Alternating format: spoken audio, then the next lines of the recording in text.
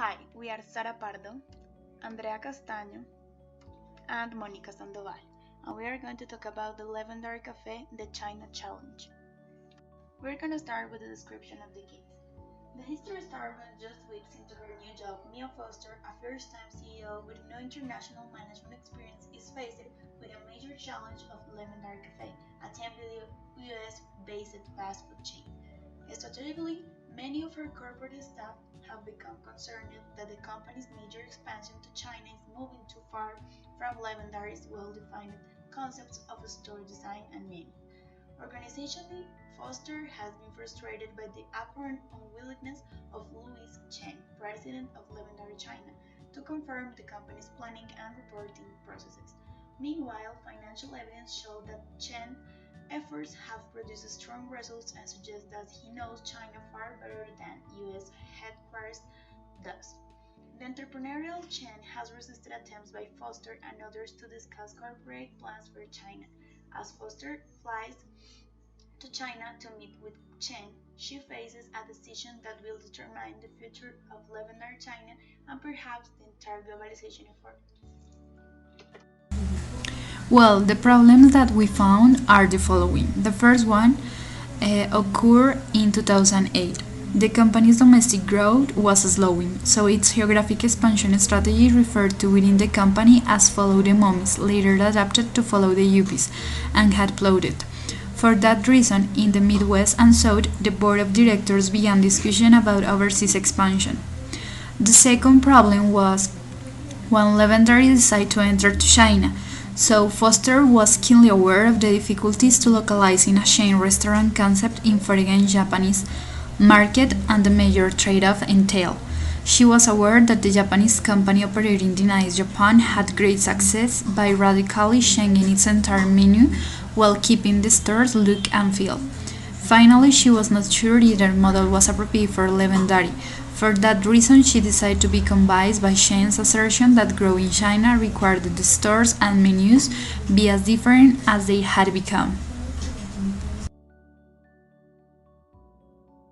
Solutions. In relation to the first problem, the director of the company began discussions about overseas expansion, and China was attractive for its strategic team, mainly for the following trends. China's urban population rose from 36.2% of the total in 2000 to 46.6% in 2009. A strong middle class emerged and a growing lifestyle trend to eat out. All of these aspects supported growth in the Chinese food services industry, so the top management decided to enter China through a joint venture with an established Chinese operator. According to the drawbacks between Foster and Chen caused by the entering in the Chinese market, we propose the next two solutions.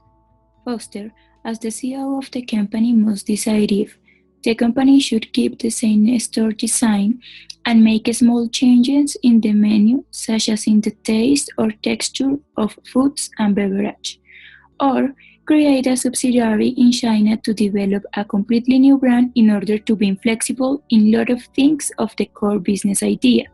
In that way, the company won't be in risk of destroying the value of the brand created in the United States.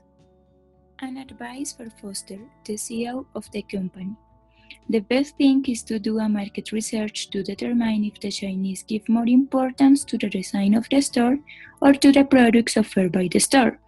Thus, it is established which aspects the company can change and which not. For example, Coca-Cola applies the first solution mentioned. Although in the United States its logo, packaging, and label is the same as that in Colombia managed, the flavors are different. In Colombia, for example, there is no cherry Coke, but in the United States, there is. Strategy and entry mode. This enterprise used multinational strategy because his philosophy based on delighting customer and also translating to local menu adaptations. They had stores in urban, suburban, and rural environments across all 50 states in the United States and 23 locations in China. And the entry mode that Levendary Café used in order to gain more market is the joint venture and franchising. because when they decided to enter to China, his original idea was to apply a joint venture with an established Chinese operator.